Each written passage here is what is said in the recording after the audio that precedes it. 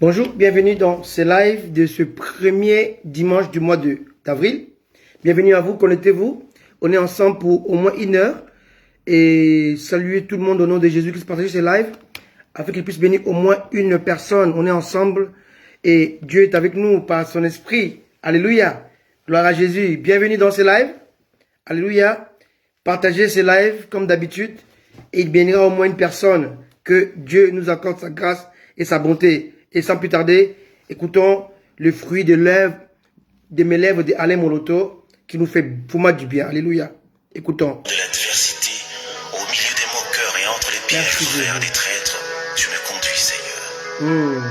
Tu es le fidèle ami de mon existence qui m'entoure de son attention divine, le compagnon de parcours qui ouvre la marche et me précède sur le chemin d'une randonnée unique à notre alliance. Yes. Tu es le divin protecteur qui m'a arraché du filet de la mort, car le gardien de mon âme, c'est toi, Seigneur. Alléluia. Tu as posé ta main dans l'affaire et changé les cours d'un événement qui avait programmé l'irréparable. Le sombre nuage lugubre s'est dissipé et le sarment qui séchait a de nouveau fleuri, nourri par la sève de vie qui fait rayonner les âmes de tous les rachetés. Amen. Ta fidélité a dépassé le calcul des tombeurs, des justes, des traîtres qui ont des pierres à la place du cœur, de ceux qui vivent pour détruire, mais sans moyens efficaces pour réduire les saints que tu as établis, car le soutien des âmes sauvées, c'est toi l'invincible roi. Alléluia. Laisse mon âme célébrer ta fidélité. Amen. Laisse mon âme chanter ta gloire, fidèle ami. Toi qui as écouté les cris des saints et la voix de ton église et qui a étouffé les élans du destructeur. Alléluia. Merci Jésus. Merci. Savourons ce moment bien-aimé. Alléluia. Que la douceur de ta voix Yes. résonne dans mon cœur. Et au milieu de tes voix, Yes. je viens comme un vainqueur. Fidèle ami. Devant le trône de ta grandeur, je viens t'adorer, Jésus-Christ. Oui, Seigneur. Siégé dans la cour du grand roi, avec des vieillards et tous les saints, Alléluia. jeter ma couronne devant ta face, te dire je t'aime, Je t'aime, Jésus. devant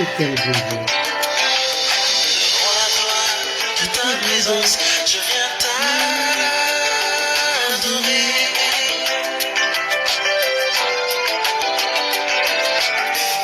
Savourez ce moment. Alléluia. Bienvenue à vous. Alléluia. Que l'âge de notre alliance avance Dans le silence. berçant les vagues des mers, vers un nouveau repère. Fidèle ami. Au milieu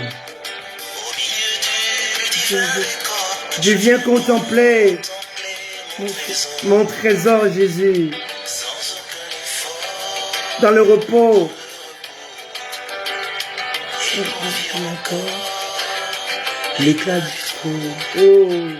c'est là que j'adore, C'est là que je t'aime, Jésus. Savourez ce moment bien-aimé. La promesse en moi est vive, Yes. ta parole Me ravit. vers les eaux visibles, tu me conduis. En toi, je m'accomplis. Je m'accomplis en toi, Seigneur. Oh, Jésus. Oui, tu es tout ce qu'il y a de beau et qui me fait rêver, Debout. car je ne vis qu'en termes de ton amour. Oh, fidèle ami. Jésus. Oui, que vienne la rosée, La rosée. toujours bien arrosée, Bien arrosée. ce jardin qui fait germer mon espérance. Je t'aime, fidèle amour. Ami Jésus. Que tout soit Comme tu voudras. Où tu veux, on s'en ira. quand tu veux, Tout se fera.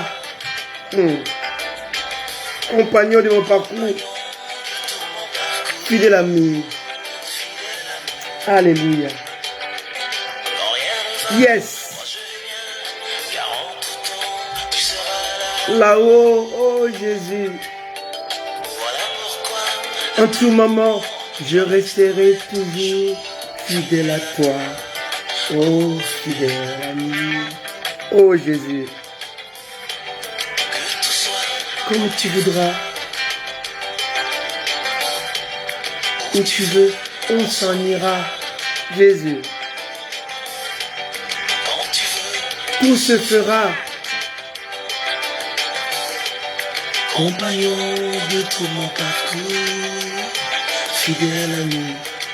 Oh, quelqu'un peut dire Alléluia. Oh, gloire. Merci, Jésus. Merci pour ce soir. Comme tu voudras, Seigneur, Jésus. Où tu veux, On s'en ira ensemble.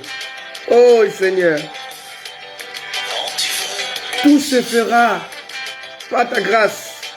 Compagnon de mon parcours, fidèle ami. Savourez ces moments d'adoration. Oui, je viens, Seigneur. Je viens te laisser écouter mon âme qui se déverse devant toi. Yes, Même si mes mots n'ont pas la force requise pour yes, yes, cependant, en dépit de mes insuffisances, yes. je ne saurais me taire. Contemplez ce moment bien-aimé. Que Dieu vous bénisse. On est ensemble, Père. Merci pour ces moments de prière, d'adoration. Je suis l'ami de ton cœur qui prend son vol Merci, sur les ailes de Jésus. ton amour. Bénis ton À la peuple. rencontre de l'ineffable et de Ouvre nos l'inédit. cœurs, Seigneur. Car dans ta gloire, tout se renouvelle. Merci, Jésus. Tu es l'artisan de la vie qui demeure et du bonheur qui ravit. Sois le bienfaiteur de ceux qui espèrent. Yes, Les notes d'espoir qui découlent de ta sainte présence Yes. rassurent nos élans intérieurs Yes. profonds. D'avoir est un devoir qui pourvoit au grand besoin de voir en toi le roi de gloire. merci, Seigneur. Te connaître, ô divin maître, c'est comme naître en ton être pour jouir de bien-être qui pénètre au-delà du sens et de la raison. Alléluia. Quel poète, T'aimer quel ne restera poésie. plus jamais Dieu. un simple mot, mais une raison d'exister qui fera couler ma vie dans les entrailles de ta miséricorde. Merci, Jésus. Te dire je t'aime ne vaudra jamais tes preuves d'amour qui se déversent comme un flot sur les sentiers de ma vie. Mais ce qui importe pour moi, c'est de sentir exhaler en moi le bon parfum de ta vie, Jésus. Yes. T'avoir pour Seigneur et Maître est plus que tout ce que l'existence peut me proposer de bien. Que ces paroles Avec toi, pénètrent votre cœur. les moments perdus sont les instants les plus riches Alléluia. aux suprêmes bontés. Merci, Jésus. Tu donnes à la perfection et à l'excellence la force de leur expression, car la source de la connaissance, c'est toi, Seigneur Jésus. C'est toi, Seigneur. La sublime origine du savoir, c'est encore toi, profondeur de la sagesse. Je voudrais marcher à tes pas vers les horizons sans fin, Yes. à la rencontre de la vraie vie que tu es, au sommet du bonheur parfait que tu as, Yes. dans le sein de l'éternité que tu es. Yes. Je veux demeurer ici et te dire aussi que ce bruit de ton cœur qui résonne en moi détermine la perfection d'une communion solide et intense qui plonge ses racines dans la terre de l'amour éternel. Yes. Alléluia. Tu es l'identité de l'amour, Yes. l'inaliénable amour qui porte en son sein les marques de ta divinité et l'emblème de ta fidélité. Exactement. Tu es le Dieu de la justice qui répand sur ses traces la semence de l'équité et de la droiture, toi la lumière qui anime l'univers. T'entendre dire et te voir agir, te sentir en moi en respirant tes délices, fait le décor d'une ambiance céleste et intime que me rassure que tu m'aimes. Te laisser faire et accomplir ce que tu désires réaliser en moi n'a rien de comparable, car ta volonté, Seigneur, est comme une nourriture qui me donne la force de vivre pour continuer à croire et à t'adorer. Seigneur Jésus, je veux être celui que tu peux être en faisant connaître la joie de renaître en toi, afin de transmettre ce précieux bien-être à la génération de ceux qui veulent être sans paraître. Je viens m'asseoir à tes pieds et me reposer en ton sein, divin maître, afin de nourrir mon âme de tes merveilles et faire briller mon esprit par l'éclat de ta beauté. C'est dans ce que tu es que je trouve ce que je puis, c'est dans ce que tu as que je vis ce que je suis. Si les signes pouvaient traduire et si les mots pouvaient tout dire, je t'aurais peint le tableau d'une existence avec en toile de fond, Alléluia. rassurante d'une vie restaurée. Je Amen. t'aime, Seigneur. Je t'aime, Seigneur. Alléluia. Savourons encore ce moment. On a encore 5 minutes. Bénissons ce grand Dieu. Sur la terre, Oh par Dieu. le chemin de tous les hommes, Par un prodige. et comme jamais en Jésus. un vrai prodige du Dieu vivant. Oh, la gloire s'est répandue et la lumière venue du ciel a éclairé les hommes et chassé les ténèbres de la terre. Savourez ce moment bien aimé. Jésus. Alléluia. Et le compteur l'arche de la nouvelle alliance. Comme je l'ai dit dimanche dernier, Jésus est l'arche de la nouvelle alliance. Pourquoi l'arche avait disparu en 586 avant Jésus-Christ? Quand c'est lui qui était là.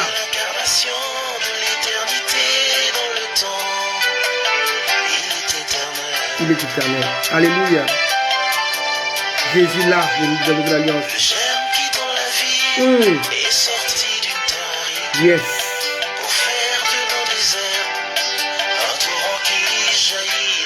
C'est un poème à l'endroit de notre Dieu créateur, Jésus-Christ.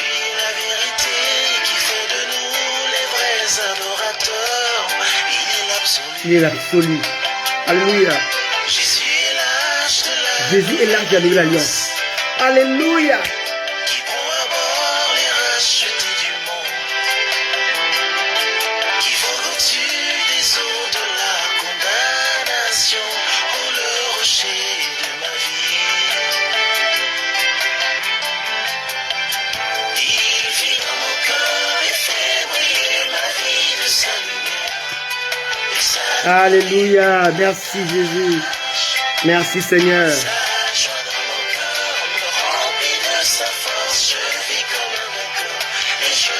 Je proclame sa victoire. Oh Jésus. Je contemplerai la beauté de mon roi qui règne sur mon pays, que sa lumière nous éclaire. Il vit dans mon cœur et fait briller ma vie de sa lumière, et sa gloire est mon partage. Sa joie dans mon cœur. Alléluia. Sa force, je vis comme un... Ça, c'est un chef-d'œuvre. Alléluia.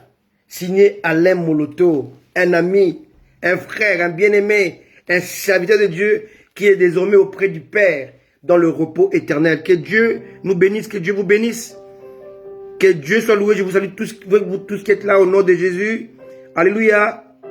Soyez bénis, soyez comblés. Je salue mon épouse élue depuis mes côtés. Je salue maman Henri depuis la Belgique. Je salue Gerline depuis Paris, je salue Pacheline depuis la Grande-Bretagne, je salue vous tous qui êtes là, je salue mon fils depuis le sud de la RDC, Hippolyte Manikou, je salue tous ceux qui sont là, présents, que Dieu vous accorde sa grâce et sa bonté. Je salue mon fils, le grand reporter, bienvenue, Ndumbi depuis Kinshasa, alléluia, je vous salue tous au nom de Jésus, soyez bénis.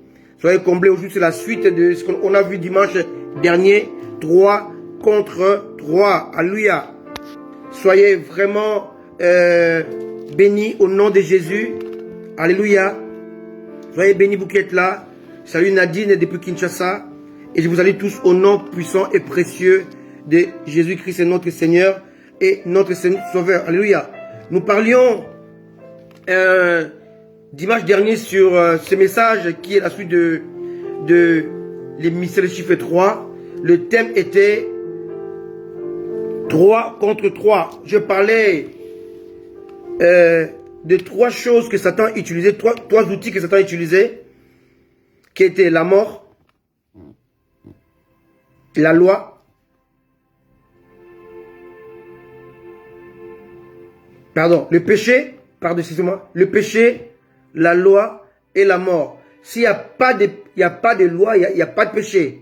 S'il n'y a pas de péché, il n'y a pas la mort. Tous ont péché et sont privés de la gloire de Dieu. Alléluia. Donc on voit que Satan va utiliser ces 3 choses qui étaient les atouts, non pas des armes.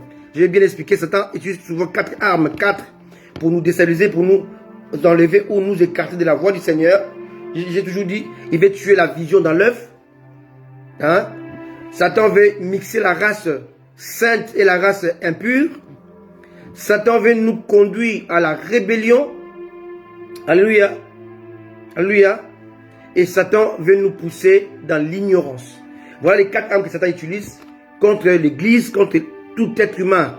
Mais ici, on n'a pas affaire aux armes de Satan, on a affaire aux atouts que Satan utilise, qui existent même depuis la chute, de lui-même, Lucifer, de l'homme, et Satan va utiliser ces atouts-là pour nous déchoir de notre position christique, notre position de fils de Dieu. Comme je vous ai dit qu'il y a une position qui est au-dessus des apôtres, prophètes, évangélistes, pasteurs et docteurs. Il y a une position qui est au-dessus de tous ces 5 ministères. C'est la position de fils. Être fils de Dieu est supérieur à être apôtre, prophète, évangéliste, pasteur et docteur. C'est les fils qui établissent les 5 ministères. Alléluia. Et non pas le contraire. Jésus a dit à ses disciples, je ne vous appelle plus serviteur, mais je vous appelle ami. Alléluia, c'est très important. Alléluia, je le dis comme ça, verbalement. Je veux que nous puissions le lire. Alléluia, c'est très important. Je veux commencer par cela.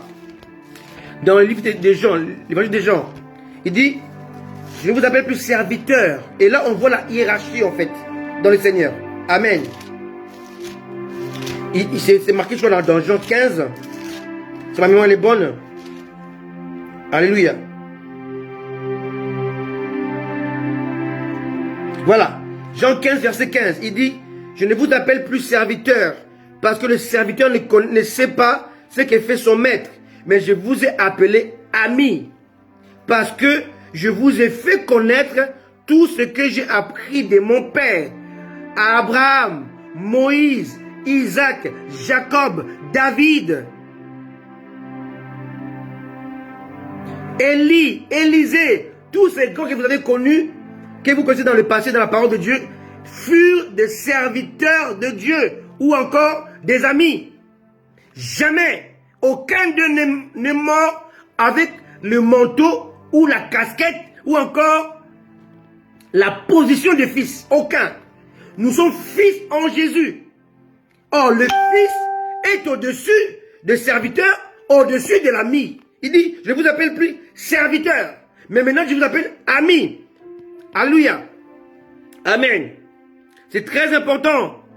Alléluia. Alléluia. Mais l'ami obéit au commandement de son maître. La différence entre Géasi et Élisée par rapport au père. Élisée était le fils d'Élie. Il appelait Élie papa, père. Mais Géasi appelait Élisée maître. C'est ça la différence entre être fils et être serviteur. Voilà pourquoi Élisée il a hérité d'Élie la double portion en tant que fils. Mais Géasi, étant serviteur d'Élisée, non pas son fils, n'a pas hérité le manteau de l'onction. Il a hérité la lèpre de la désobéissance. Alléluia. Donc ici, je vous apprends qu'il y a une différence entre serviteur, ami. Et Jésus-Christ l'a dit dans Jean 15, verset 15. Et si nous allons maintenant à la fin de l'épître de Jean, alléluia, Jésus va parler à Marie. Alléluia. Il va parler à Marie. Marie va aller à la tombe pour essayer d'embaumer encore Jésus-Christ, de parfumer le corps. Alléluia. Elle a apporté des épices pour parfumer encore le corps. Et là, elle va rencontrer le Seigneur Jésus-Christ. Et Jésus-Christ maintenant va l'envoyer, non pas à ses serviteurs, non pas à ses amis selon Jean, chapitre 15, verset 15, mais il va changer de langage. Alléluia. Jean 20, verset 17. Jésus lui dit, ne me touche pas, car je ne suis pas encore monté vers mon Père. Mais va trouver mes frères et dis-leur que je monte vers mon Père et votre Père, vers mon Dieu et votre Dieu. Et là, on voit que après la résurrection, la position des disciples a encore changé. Quelqu'un me comprend? C'est très important. Ils ont commencé comme disciples, donc serviteurs. Après, en cheminant avec lui, avec l'obéissance, la soumission, ils ont atteint le rang d'amis, un rang encore plus supérieur aux serviteurs. Alléluia. Mais après sa résurrection, ils sont encore montés plus haut que amis. Ils sont devenus des frères. Comme je l'ai dit dimanche dernier, un frère est celui qui hérite. Selon, je rappelle toi ce que je dis dimanche dernier, les 75%. Un frère, il est d'abord un fils. Il est fils comme héritier et il est co-héritier. Alléluia. Et en tant que fils, selon Galates chapitre 3, verset 25 à 26, un fils, ce n'est pas les sexes, mais c'est la position, c'est la nature, c'est l'attitude. Je suis fils, pas parce que j'ai un sexe masculin, non. Je suis fils parce que je crois en Jésus. Quelqu'un me comprend? Alléluia. Je l'ai dit, je le redis encore. Amen. Galates chapitre 3, verset 25 à 26. La foi étant venue, nous ne sommes plus sous ses précepteurs. Quoi? La loi. Car vous êtes tous, sans exception, hommes et femmes, fils de Dieu, par la foi en Jésus-Christ. La foi nous octroie les rangs des fils. Et par conséquent, étant fils, il faut seulement tourner la page. Chapitre 4 de Galates. On dit, aussi longtemps que l'héritier est un enfant, je dis qu'il ne diffère en rien d'un esclave, donc d'un serviteur. Donc les fils doivent se positionner comme étant fils, comme étant adulte, et responsable. Il a la connaissance de qui il est par rapport à Dieu. Et quand tu n'es pas encore un fils confirmé, tu es enfant de Dieu. Or l'enfant ne peut pas gérer. Ici, il est question de gestion. Alléluia. On dit, je dis qu'il ne diffère en rien d'un esclave, quoi qu'il soit le maître de tout. Mais il est sous des tuteurs et des administrateurs jusqu'à autant marqué par le Père. Nous aussi, de la même manière, lorsque nous étions enfants, nous étions sous l'esclavage des principes élémentaires du monde. Mais lorsque les temps ont été accomplis, Dieu a envoyé son Fils, né d'une femme, né sous la loi, comme je l'ai dit dimanche dernier. Jésus est né sous la loi, il est mort sous la loi, afin qu'il rachète ceux qui étaient sous la loi. Un fils ne peut être sous la loi. C'est un enfant qui est sous la loi. Afin que nous recevions l'adoption. L'adoption ne concerne pas des enfants. L'adoption concerne les fils. L'adoption dit que nous adoptons, nous recevons, nous entrons, nous pénétrons dans le même rang que Christ, comme Jésus. Ayant l'adoption fait de nous des fils. Même si je suis une femme, mais parce que je crois en Dieu, parce que j'ai la foi en Jésus, je deviens fils de Dieu. Car au ciel, aucune femme n'est rentrée au ciel, aucune. Le ciel est réservé aux fils de Dieu.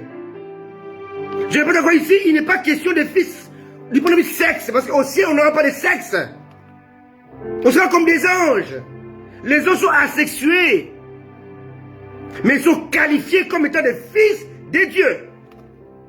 Selon Job chapitre 38, regardez, les fils de Dieu étaient là lorsque Dieu créait. Ils acclamaient des fils de Dieu. Amen. Donc étant fils, on peut avoir la position d'enfant. Un enfant n'est pas adulte, n'a pas la maturité, donc ne peut pas gérer. Il a les administrateurs qui vont gérer à sa place jusqu'à sa maturité, à sa majorité. Alléluia. Donc ne restez pas seulement enfant de Dieu, mais il faut atteindre les niveaux, la hauteur, la dimension du fils. Jésus a établi les 5 ministères en qualité de fils. Être fils de Dieu, devant Dieu, dans la perception de Dieu, tu es considéré plus qu'un pasteur, plus qu'un apôtre, plus qu'un docteur, plus qu'un prophète. Alors sois dans la joie, dis, je suis fils de Dieu. Quand on dit que la femme ne prêche pas, ça ne te concerne pas. Ça concerne les femmes qui ne sont pas des fils. My goodness. Alléluia. Amen. Voilà pourquoi l'apôtre Paul dit, il n'y a ni homme, ni femme. Pourquoi? Parce que nous sommes fils. Il n'est pas question de sexe. Il n'est pas question d'une perception charnelle. Non. Ici, on est dans le cadre spirituel. C'est une attitude. C'est l'adoption, c'est la position que nous avons en Jésus. Alléluia. C'est très important. Donc Satan voulait utiliser les 3 atouts pour nous déchoir de notre identité, adoption, position en Christ étant des fils. On a quitté l'étape de serviteur et l'étape d'ami. Moïse est mort serviteur de Dieu.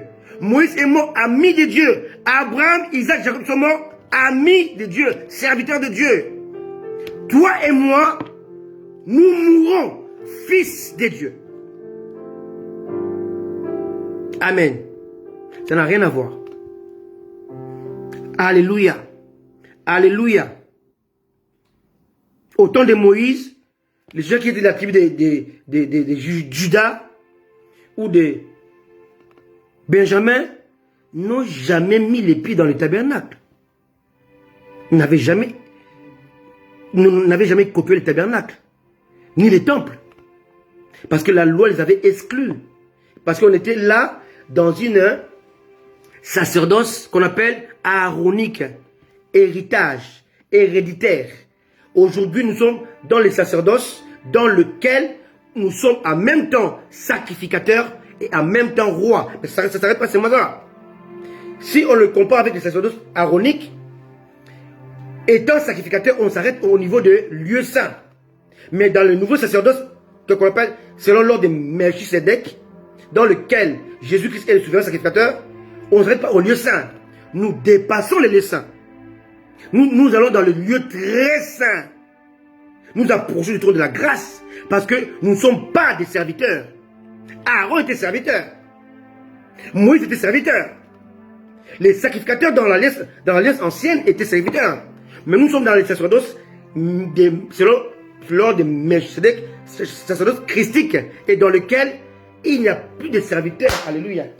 Il n'y a que des fils qui sont en même temps rois et en même temps sacrificateurs. Donc il y a en même temps une dualité. D'un côté le pouvoir, de l'autre côté la sainteté. D'un côté la puissance, de l'autre côté la sanctification. D'un côté la force, l'autorité, de l'autre côté la soumission et l'obéissance. Qui marche de pair. Je ne peux pas être puissant sans obéissance. La Bible est claire. Résistez au diable. Non, d'abord, soumettez-vous à Dieu et résistez au diable. Je me soumets en tant que sacrificateur et je lui résiste en tant que roi. Tu me comprends? Simple. C'est très simple.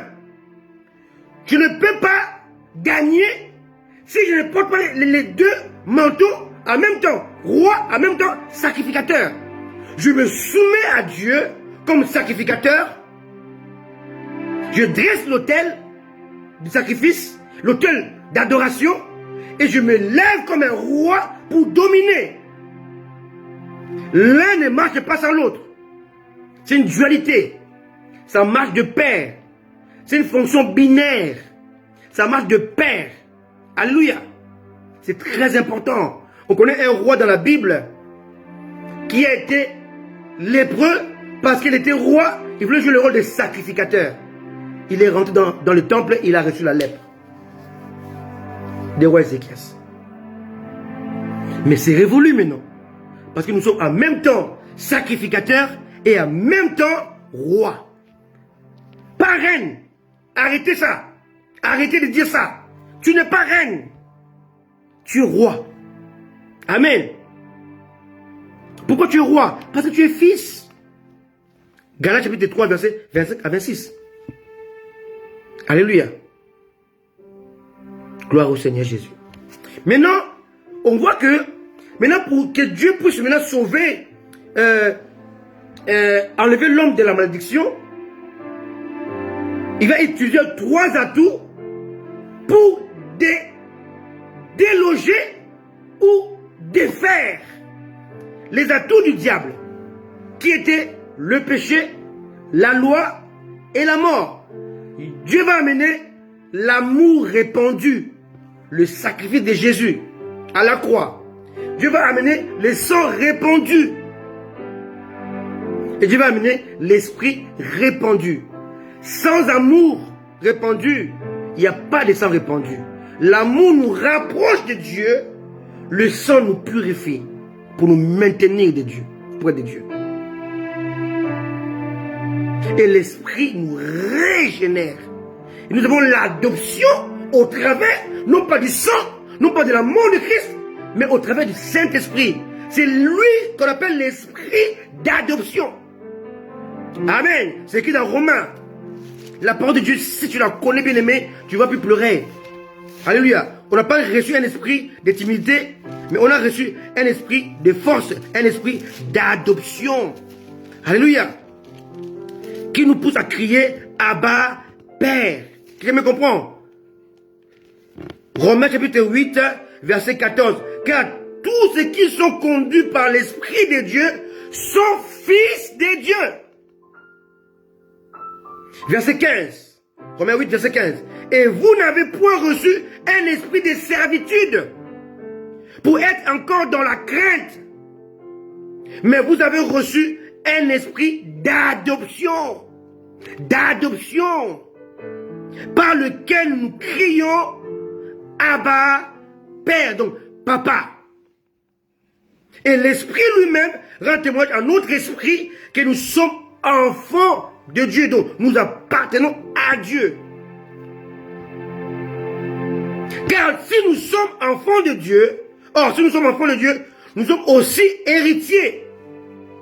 Héritiers de Dieu et co-héritiers de Christ. Si toutefois, nous souffrons avec lui, afin d'être glorifiés avec lui.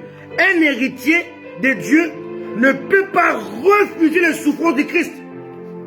Et la vie chrétienne est cachée dans les souffrances de Christ. On doit apprendre à souffrir, à porter ses souffrances, à accepter, à porter sa croix, à porter notre responsabilité, notre engagement, notre dévotion. Qui me comprend? C'est très important. Alléluia. C'est très important. Et Dieu a amené ces trois atouts providentiels.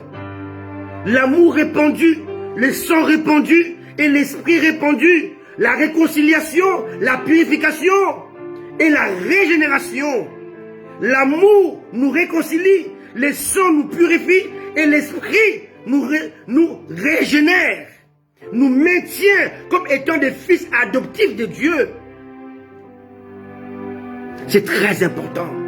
Et on a vu ça dans Hébreux 10, que lorsque nous bafouons un principe, nous bafouons le reste. Hébreux 10, verset 29. Amen. Hébreux 10, 29 dit ceci. De quel pire châtiment pensez-vous que sera jugé, dit celui qui aura foulé aux pieds les fils de Dieu, qui aura foulé l'amour répandu, le sacrifice de Christ, la croix de Jésus, qui aura tenu pour profane les sang de l'alliance, par lequel il a été sanctifié,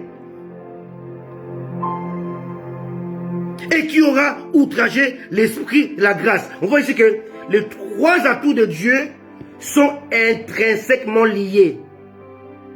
Intrinsèquement liés. Il n'y a pas l'un sans l'autre. C'est lié comme un, je suis roi, sacrificateur. C'est une dualité. C'est le binaire. Et là aussi c'est pareil. C'est lié. L'amour répandu est lié au sang répandu. Et le sang répandu est lié à l'esprit répandu. Quand je bafoue l'un, je bafoue les deux autres. Lorsque je minimise le sacrifice de Christ, en même temps je minimise son sang, et en même temps je minimise son esprit. Parce qu'on ne peut pas dissocier Jésus-Christ, son sang et son esprit. On ne peut pas, n'est-ce pas? C'est intrinsèquement lié. Or, la victoire, elle est là lorsque le chrétien, l'enfant de Dieu, le fils de Dieu, comprend ces trois principes. Comprend la croix, comprend le sang, sans lesquels on ne peut pas offrir à Dieu une offrande, sans laquelle l'autel n'a pas de sens. L'autel, c'est l'adoration. Alléluia. Sans l'adoration, Dieu n'est pas Dieu. Dieu est Dieu à cause de l'adoration. Alléluia. Et sans l'adoration, Sans le Saint-Esprit, il n'y a pas de culte. C'est lui qui est le maître d'œuvre. C'est lui qui est le directeur.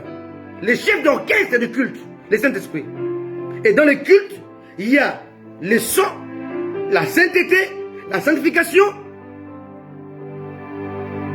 et le sacrifice, qui est l'offrande par excellence. Dieu ne peut pas t'agréer au travers de tes œuvres. Dieu t'agrée au travers de l'œuvre de Christ. Lorsque Dieu te voit, il ne considère pas tes œuvres, même si elles sont bonnes. Parce que tes œuvres ne peuvent pas t'amener à plaire à Dieu. Tu ne peux le plaire que par la foi en Jésus. Et là, nous arrivons maintenant à comprendre maintenant l'utilité, alléluia, de ces trois principes dans lesquels Dieu a établi des lois. Alléluia. C'est très important. Alléluia. J'ai expliqué la dernière fois comment on peut comprendre l'amour de Dieu. J'ai expliqué comment comprendre les 100 versets. Hein? J'ai expliqué les 4 réconciliations. Revoyez mon live. Alléluia. Et j'ai commencé à expliquer, comprendre l'importance du Saint-Esprit. Je me suis arrêté là. Je disais que le Saint-Esprit, sans le Saint-Esprit, le culte devient impossible. Donc notre adoration serait irrecevable. Irrecevable et rejetée par Dieu. Sans le Saint-Esprit, aucun croyant ne pourrait résister au péché. Alléluia. Et par conséquent, aucun païen ne pourrait être sauvé. Jean 16, verset 8. Alléluia. On peut le lire. Très important. Jean 16, verset 8.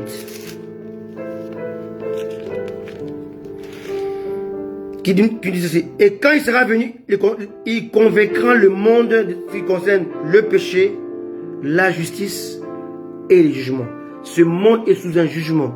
Seul le Saint-Esprit peut t'amener dans ton cœur la conviction par rapport au péché. Parce que le péché t'éloigne de Dieu.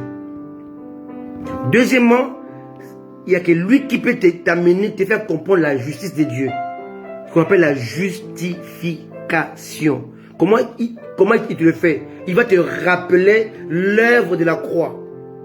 Pour comprendre cette œuvre de la croix, il faut comprendre que Jésus est devenu péché, pas pécheur, péché.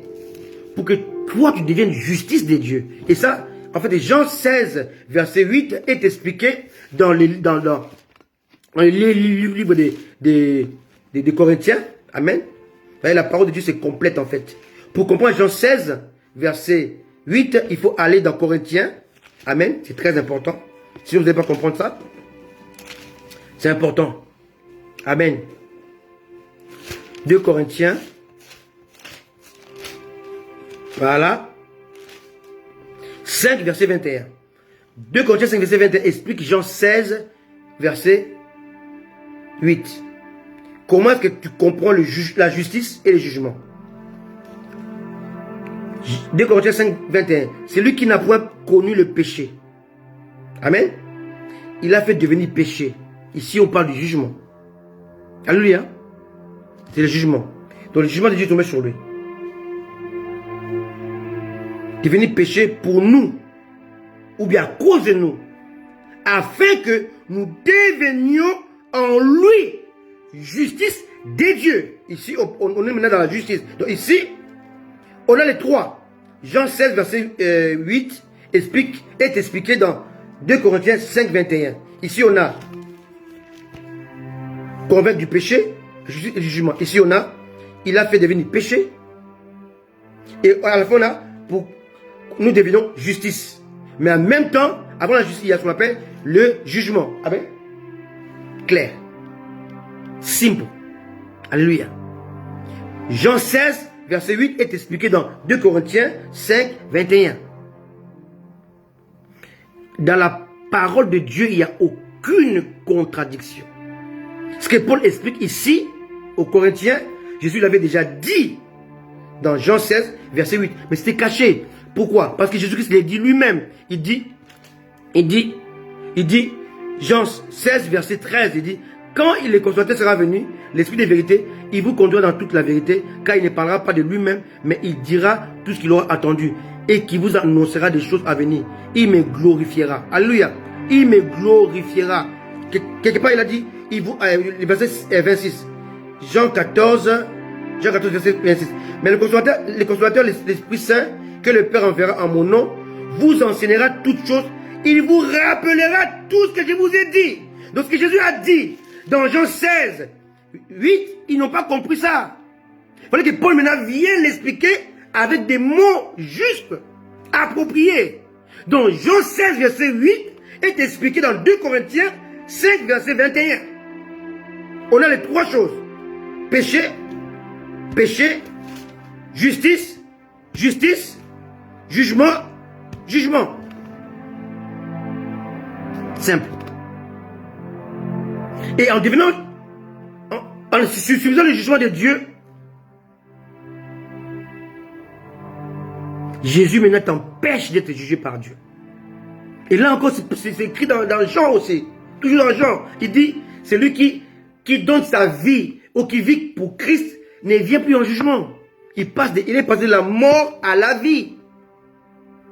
Voilà pourquoi vous devez réfuter, rejeter tout évangile qui vous dit que vous devez faire des sacrifices, bâtir des hôtels, briser des hôtels. C'est faux. Parce que cela annule ce que Jésus-Christ a fait. Dieu ne peut pas t'agréer avec tes bonnes œuvres. Dieu t'agrée au travers de l'œuvre accomplie par Christ. C'est simple. C'est simple. C'est simple à comprendre. On n'a pas d'effort à faire. Pourquoi? Parce que Christ est le seul vainqueur. Et nous sommes de plus que vainqueurs.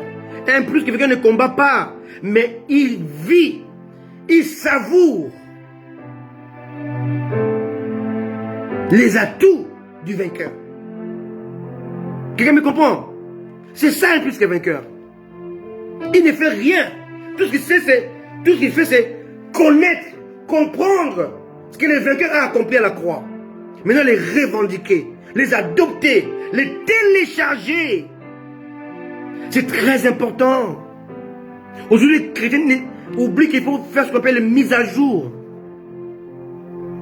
Mise à jour, c'est mettre ton ordinateur, ton cerveau à jour par rapport à Dieu, par rapport à la parole de Dieu.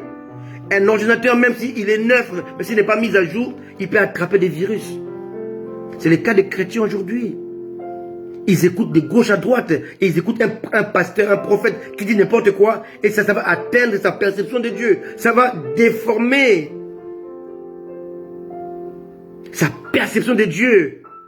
Et si on ne vient pas prêcher la bonne parole, la bonne nouvelle, la parole authentique, il n'y a pas de mise à jour, il est perdu. Ayez cette conscience de faire les mises à jour. Les mises à jour par rapport à la parole de Dieu, par rapport au principe de Dieu. Quand Jésus est venu, il dit, vous avez appris, mais moi je vous dis, mise à jour. Mise à jour. Alléluia, c'est très important. Alléluia. On doit comprendre cela. Amen. Alléluia. Ça, et ici on voit que tout ce que Dieu a apporté sont devenus des lois. Le péché est une loi.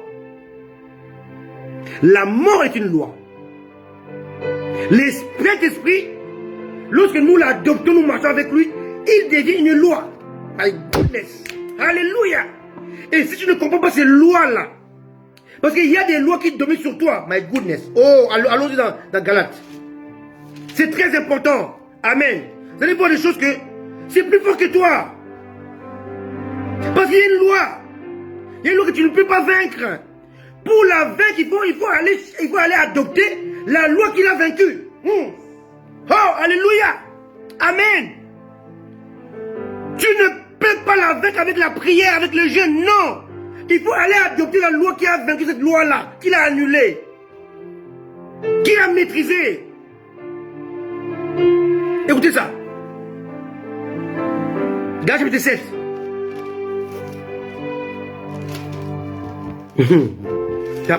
Non, excusez-moi. Pas Galates, Romains, pardon, excusez-moi. Romains 7. Romains 7. Lisons à partir du verset 15. Lisez-moi, écoutez très bien. Romains 7, verset 15. Car je ne sais pas ce que je fais. Je ne fais point ce que je veux. Et je fais ce que je hais. Je fais ce que je déteste. Or, si je fais ce que je ne veux pas, je reconnais par là que la loi de Dieu est bonne. Et maintenant, ce n'est plus moi qui l'ai fait, mais c'est le péché qui habite en moi. Le péché qui habite en toi devient une loi. My goodness. Ce qui est bon, je le sais, n'habite pas en moi. C'est-à-dire dans ma chair. J'ai la volonté, mais non le pouvoir de faire le bien. Car je ne fais pas le bien que je veux, et je fais le mal que je ne veux pas. Verset 20, Romains 7. Et si je fais ce que je ne veux pas, ce n'est pas moi, ce n'est plus moi qui l'ai fait. C'est le péché qui habite en moi. Je trouve donc en moi cette loi. Quand je vais faire le bien, le mal est attaché à moi. Alléluia. Car je prends plaisir à la loi de Dieu, selon l'homme intérieur. Mais je vois dans mes membres, dans ma tête, dans mes yeux, dans ma bouche, dans mes mains, dans mes pieds, dans mes membres, une autre loi qui lutte contre la loi de mon entendement. La loi de ta conversion, de ta foi. Et qui me rend captif à la loi du péché. Voilà que tu ne peux pas vaincre le péché qui devient en toi une loi. Alléluia. On ne peut pas vaincre le péché qui devient en nous une loi. Verset 23. Romains 7, 23. Mais je vois dans mes membres une autre loi qui lutte contre la loi de mon entendement, de ma foi, de ma conviction, de ma conversion. Alléluia. Je crois en Dieu. Je vais le servir de mon entendement, de ma foi. Mais il y a une autre loi qui lutte contre cela. Cette loi s'appelle la loi du péché.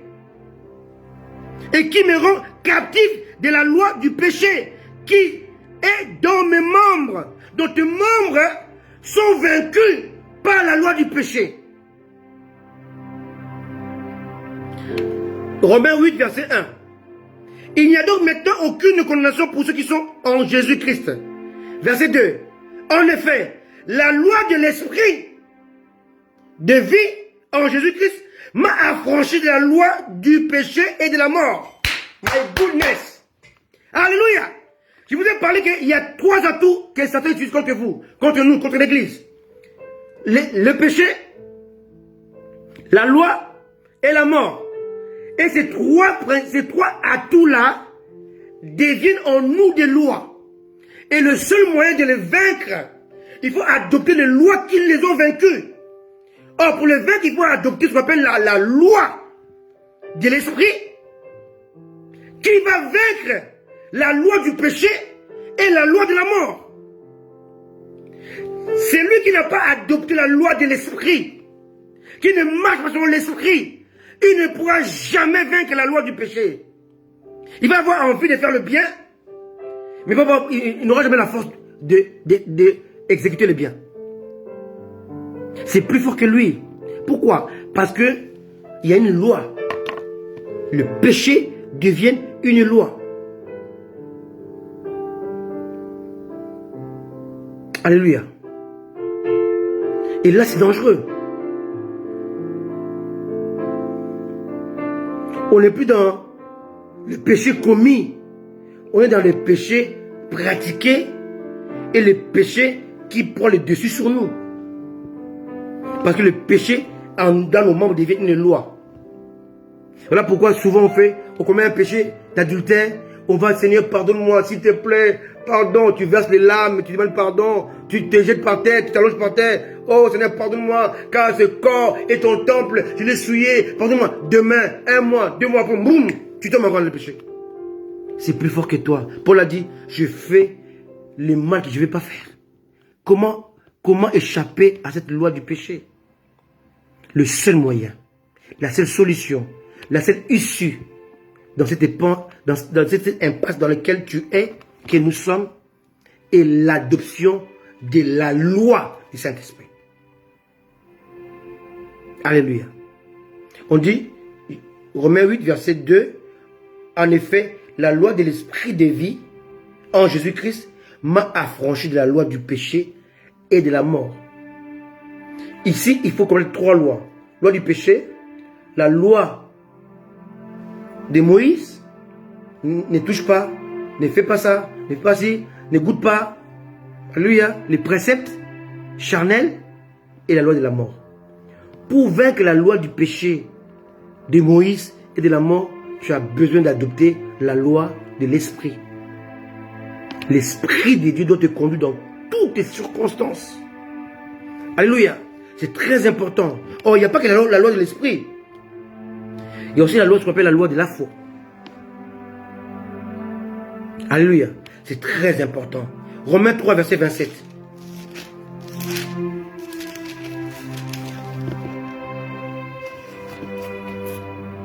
On peut commencer par parler au verset 21. Mais maintenant, sans la loi est manifestée la justice de Dieu. Excusez-moi. Romains 3, verset 21. Mais maintenant, sans la loi est manifestée la justice de Dieu, et à laquelle rendent témoignage la loi et les prophètes. 22. Justice de Dieu par la foi en Jésus-Christ, pour tous ceux qui croient. Il n'y a point de distinction, car tous ont péché et sont privés de la gloire de Dieu. Le péché devenu loi. Donc il domine maintenant. Verset 24. Et ils sont gratuitement justifiés par la grâce, par le moyen de la rédemption qui est en Jésus-Christ. Ici on parle maintenant les 100 versets. 25. C'est lui que Dieu a destiné à être par son sang. Voilà, on le confirme. Par son sang, pour ceux qui croiraient, victime expiatoire. Donc il devient un sacrifice perpétuel. Tu n'as plus besoin de sacrifier un agneau. Il est l'agneau pour toujours. Victime propitiatoire. Afin de montrer sa justice, parce qu'il avait laissé impunis les péchés commis auparavant, au temps de sa patience. 26. Il montre ainsi sa justice dans le temps présent, de manière à être juste, tout en justifiant celui qui a la foi en Jésus. 27. Or, où donc est le sujet de se glorifier? Il est exclu. Tu n'es pas justifié par tes efforts. C'est exclu. Par quelle loi? Par la loi des œuvres. Dis ce que tu essaies de faire comme bien. Non. Il dit non. Mais par la loi de la foi. Je vais résumer. Ici, on a d'un côté la loi de l'esprit. Romains 8, verset 2. De l'autre côté, on a la loi de la foi. Romains 3, verset 27. Et c'est pas fini. Il y a une troisième loi. C'est la loi du Christ. 1 Corinthiens 9, verset 21.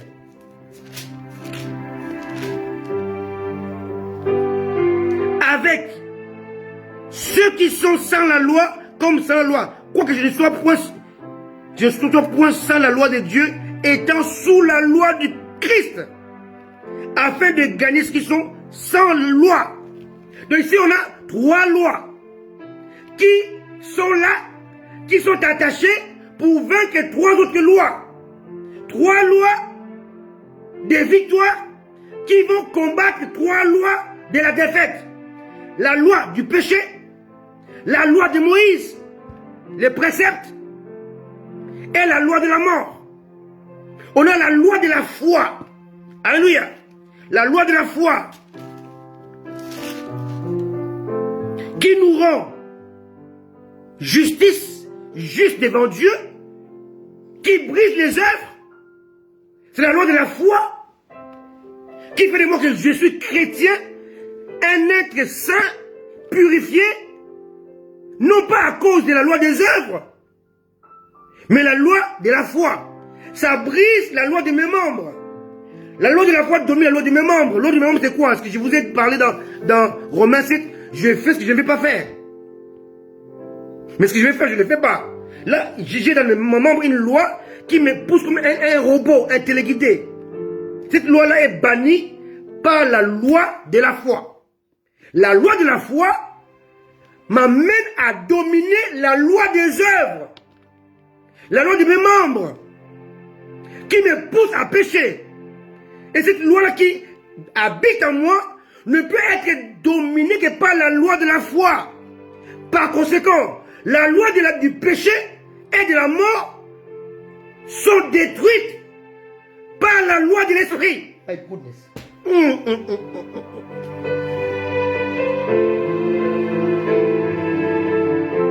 Ceci étant, je dois maîtriser c'est quoi la loi de la foi. Et c'est quoi la loi de l'esprit? Et c'est quoi la loi du Christ? En vérité, la loi du Christ englobe deux autres lois. La loi de la foi et la loi de l'esprit. Loi de la foi plus loi de l'esprit égale loi de Christ. Qui chapeaute tout. Mais ces trois lois font de toi un plus que vainqueur. Un bon message. Il faut le revoir pour comprendre qu'un chrétien qui vit dans la peur, dans l'angoisse, dans la domination, il est tout le temps dominé par le péché. Il est tout le temps écrasé par les soucis, les problèmes, les mauvais songes, les mauvais rêves. Il a tout le temps peur. Il est tout le temps en train de vouloir donner l'argent pour que les choses se réussissent dans sa vie. Parce que c'est quelqu'un qui ne connaît pas les lois établies dans la nouvelle alliance.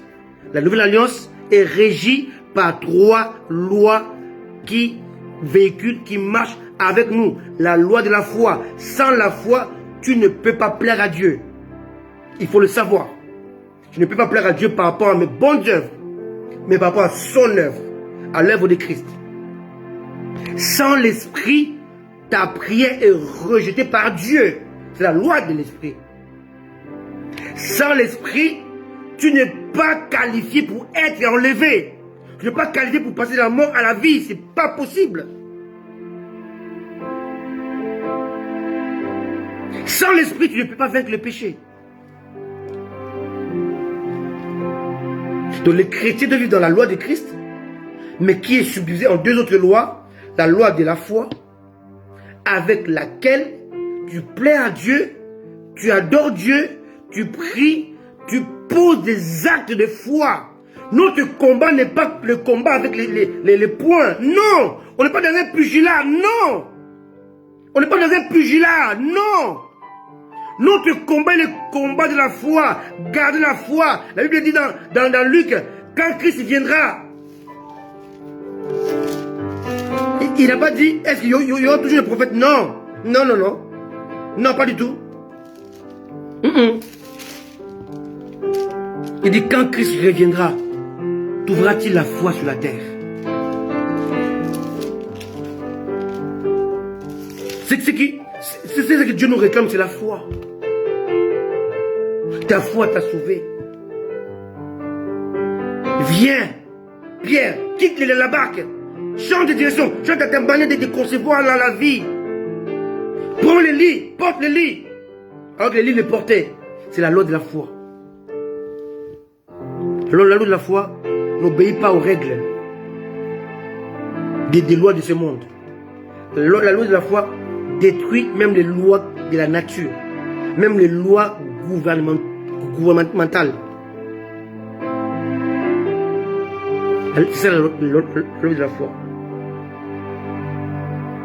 Peu importe ta maladie, celle de ton voisin, de ta mère, de ton père, de ta soeur, de ton frère, peu importe ce que les médecins ont dit, mais avec la loi de la foi, tu peux changer cette loi.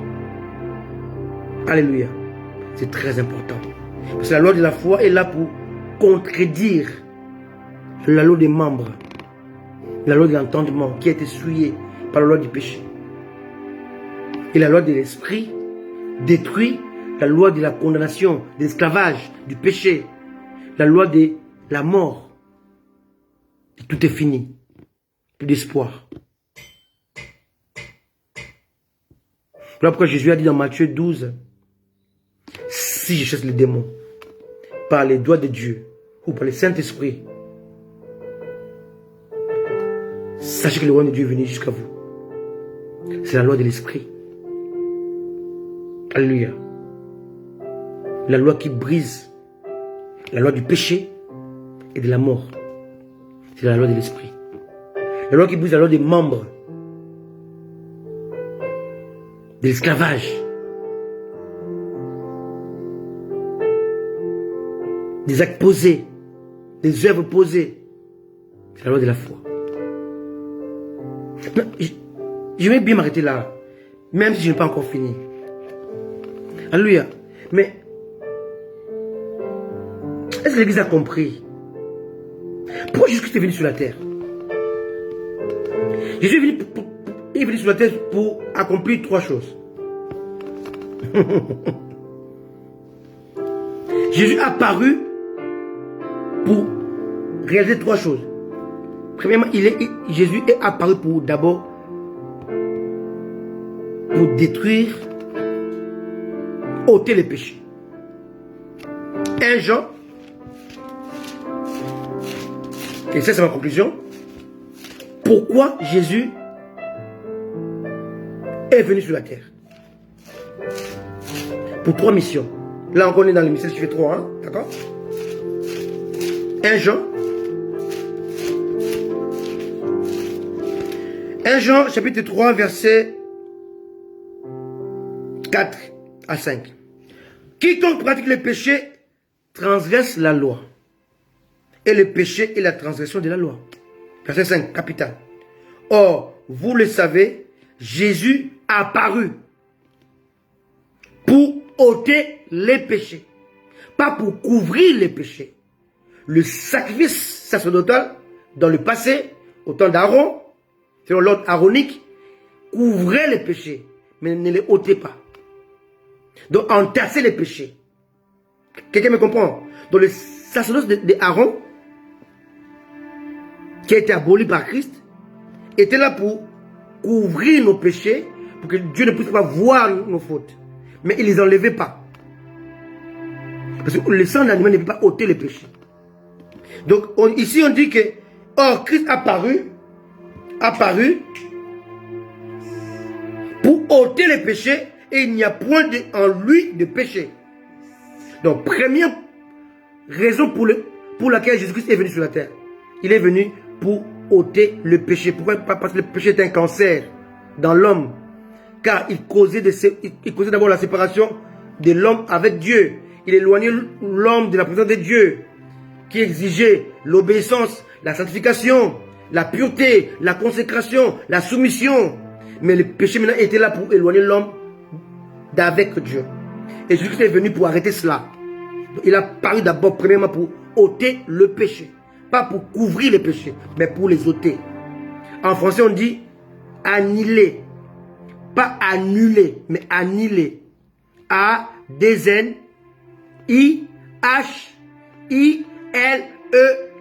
Annihiler. Pas annuler. Un match annulé peut être reporté. Mais lorsqu'on annule, annihiler, c'est on décape, on enlève, on supprime. Jésus est venu non pas pour annuler, mais pour annihiler. Supprimer, enlever, décaper, briser, d'une manière définitive. Ce qu'on appelle annihiler, pas annuler. Deuxièmement, Jésus est venu pour mettre fin à la loi de condamnation. Romains 10, verset 4. Donc Jésus est venu pour détruire la loi de Moïse, qui ramenait en exergue, en surface, le péché de l'homme. Et sa venue était la fin de la loi. Voilà pourquoi dans Romains 10, verset 4, Paul dit clairement, Car Christ est la fin de la loi pour la justification de tous ceux qui sont, enfin de tous ceux qui croient. Donc, deuxième raison pour laquelle Jésus est venu sur la terre, c'était pour stopper, annihiler la loi de Moïse, pour établir sa propre loi, la loi du Christ. 1 Corinthiens 9, 21. La loi est annulée à la croix. La loi, une nouvelle loi a été établie à la place. C'est la loi de Christ qui est basée sur l'amour. La loi de Moïse était basée sur les préceptes, les soumissions humaines. Rien à voir avec Dieu. Mais la loi de Christ est basée sur l'amour. Alléluia. Car Christ est la fin de la loi. Donc Jésus est apparu d'abord pour la deuxième fois pour annihiler la loi de Moïse qui nous maintenait dans le péché. Troisièmement, Jésus est apparu pour détruire les œuvres du diable. 1 Jean, chapitre 3, verset 8. Celui qui pratique le péché est du diable, car le diable pêche dès le commencement. Le Fils de Dieu apparu afin de détruire les œuvres du diable. Amen. Donc, Jésus est apparu pour 3 missions. Premièrement, ôter le péché, donc annihiler. Deuxièmement, mettre fin à la loi de la condamnation. Et troisièmement, détruire les œuvres du diable. Là, on est encore dans les mystères du chiffre 3. Alléluia. Que Dieu vous bénisse et que Dieu vous accorde sa grâce et sa bonté. Comme j'ai toujours dit, il y avait le combat entre l'amour et les péchés, le combat entre le sang et la loi, entre l'esprit et la mort. L'amour a détruit les péchés en apportant la grâce et le pardon. Le sang a détruit la loi en apportant la justice imputée.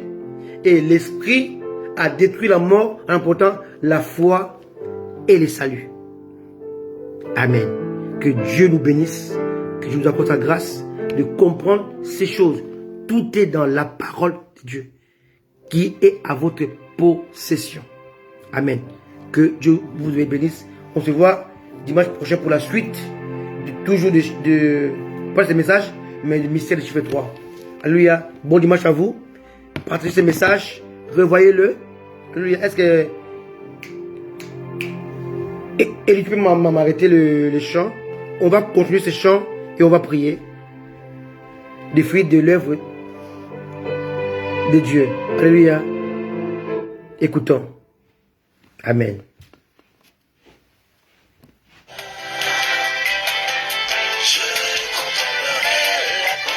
Alléluia. Alléluia. Soyez bénis. Je vous aime, moi et mon épouse, mon élu. Nous serons toujours là pour vous apporter la bonne nouvelle, la bonne parole, la parole pure, non mixée, sans tâche, mais qui vous apporte la force, l'endurance. N'ayez pas peur. Le péché qui est devenu une loi a été vaincu par la loi de l'esprit. La loi de vos membres qui vous pousse à faire l'adultère, la fornication, insulter. La loi du membre qui pousse les corps à se fatiguer, à être malade, a été vaincue par la loi de la foi. Romains 10:4. Christ est la fin de la loi de Moïse. 1 Corinthiens 9, 21. Nous sommes conduits par la loi de Christ. Que Dieu vous bénisse. Et n'oubliez pas, à 15h30, dans 20 minutes, suivez le docteur Mobejo. Vous serez bénis parce qu'il parle bien de la part de Dieu. Et c'est un homme qui sort du cœur de Dieu. Alléluia, que Dieu vous bénisse. Ne manquez pas ces lives. Soyez bénis. Avant de partir, savourez ce moment d'adoration. Alléluia. Merci Jésus. Soyez bénis. Merci Jésus.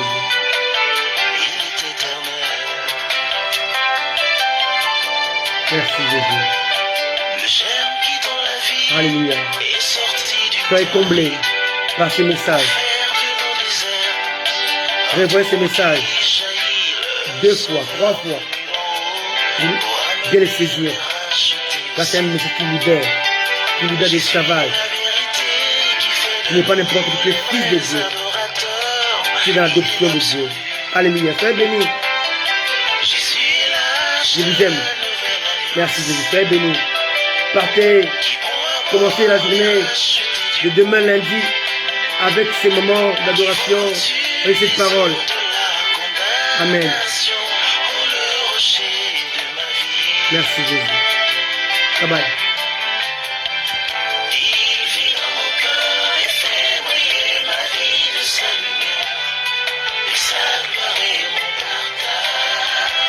Amen.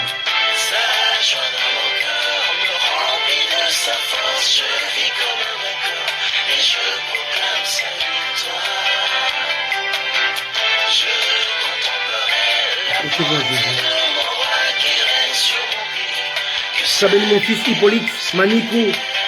Je t'aime fils, sois béni. C'est dans mon cœur. Sois béni ma maman Henriette depuis Bruxelles. C'est dans mon cœur. Alléluia. Sois béni ma fille Joyce. Sois béni ma fille Gerline depuis Paris. Je vous aime, je t'aime. Sois béni mon ami Solange Elia. Je t'aime de tout mon cœur. Sois béni. J'arrive à Paris. J'arrive bientôt à Paris. Amen. Dieu voulant, cette semaine sera à Paris. Sois béni. Dieu voulant. C'est là. Soyez bénis, vous tous qui êtes connectés, qui suivez ces lives. Nadine. Sois béni. Soyez bénis. Soyez bénis tous les aigles. Sois béni, mon ami de longue date, de 30 ans, grâce de Dieu qui fait, sois béni, ma très chère sœur, servante de Dieu, sois béni. Alléluia. Alléluia. Sois béni, mon fils, bienvenue. Ndumbi, sois béni. Gloire à Dieu. On est béni, sois béni, ma fille, Passeline. Soyez béni. Nous sommes plus que vainqueurs. Alléluia. Accrochez-vous à Jésus-Christ, car il revient bientôt. Ciao. Bye bye.